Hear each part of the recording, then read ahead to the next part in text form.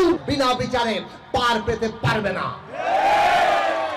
যারা আমাদের সন্তানদের গুলি করেছে, হত্যা করেছে, রাজনৈতিকভাবে সামাজিকভাবে এই হত্যাকারীদের বয়কট করতে হবে।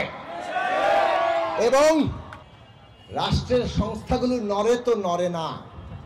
এই সরকারকে আমরা বলি, সবগুলো প্রতিষ্ঠানকে বলি, সেনাবাহিনী সহ, যে এই বর্তমান ছাত্র জনতা যে অভ্যুত্থান করেছে, তারা বার্তা দিয়েছে রাষ্ট্রীয় প্রতিষ্ঠান জনগণের ট্যাক্সের পয়সায় চলে, জনগণের সেবা দেওয়ার জন্য সমস্ত প্রতিষ্ঠানের যত ক্ষমতা আছে, সেনাবাহিনী সহ আমাদের রাষ্ট্রীয় প্রতিষ্ঠানগুলোর যত ক্ষমতা আছে, তাদের পাশে দাঁড়ান। আমরা অন্য কোনো অজুহাত শুনতে চাই না। আমরা শহীদদের মর্যাদা, আহতদের চিকিৎসা, তার দ্রুত ব্যবস্থা দেখতে চাই। আমরা কোনো অজুহাত শুনতে চাই না।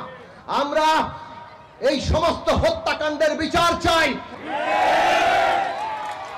এই শহীদের এই তরুণ তাজা প্রাণ, তাদের পুরো জীবনটা পড়েছিল। আমরা যারা জীবনের একটা অংশ পার হয়ে এসছি, এই তরুণরা তাদের নিজেদের জীবন উৎসর্গ করে দিয়ে আমাদের সকলের উপরে দায়িত্ব দিয়ে গেছেন। এই বাংলাদেশে আর কাউকে ফ্যাসিস্ট হতে দেওয়া যাবে না। এবং সেই কারণে দরকার আজকে ছাত্র জনতা যে শক্তি গড়ে তুলেছেন, ছাত্র জনতা যে তাদের কণ্ঠ যাদের দাবিয়ে রাখা হতো, আজকে তারা সামনে এসছেন এবং হত্যাকারীদেরকে আইনের আওতায় দেখতে চাই। আমরা কোনো অজুহাত শুনতে চাই না। এই সরকারকে আমরা সহযোগিতা করছি কারণ তারা অভ্যুত্থানের উপর দাঁড়িয়ে আছে।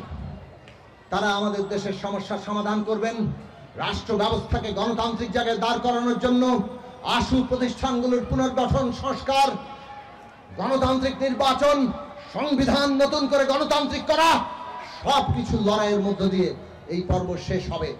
আপনারা ঐক্যবদ্ধ থাকুন। ছাত্র জনতার নতুন রাজনৈতিক শক্তি চায়, যারা গণতন্ত্রের প্রতি কোনোভাবে আপোষ করবে না, গণতন্ত্রকে কোনোভাবে ধ্বংস হতে দেবে না, এই ফ্যাসিস্ট বন্দোবস্ত আর কোনোভাবে কায়েম হতে দেবে না। সেই শক্তি গড়ে তোলার শক্তি করেন বাংলাদেশ।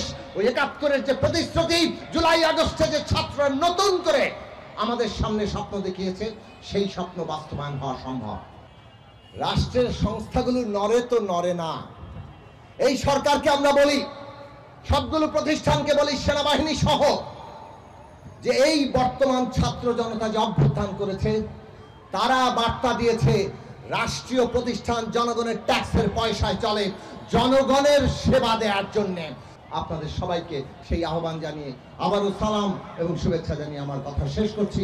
সকল শহীদের প্রতি আমাদের গভীর শ্রদ্ধা।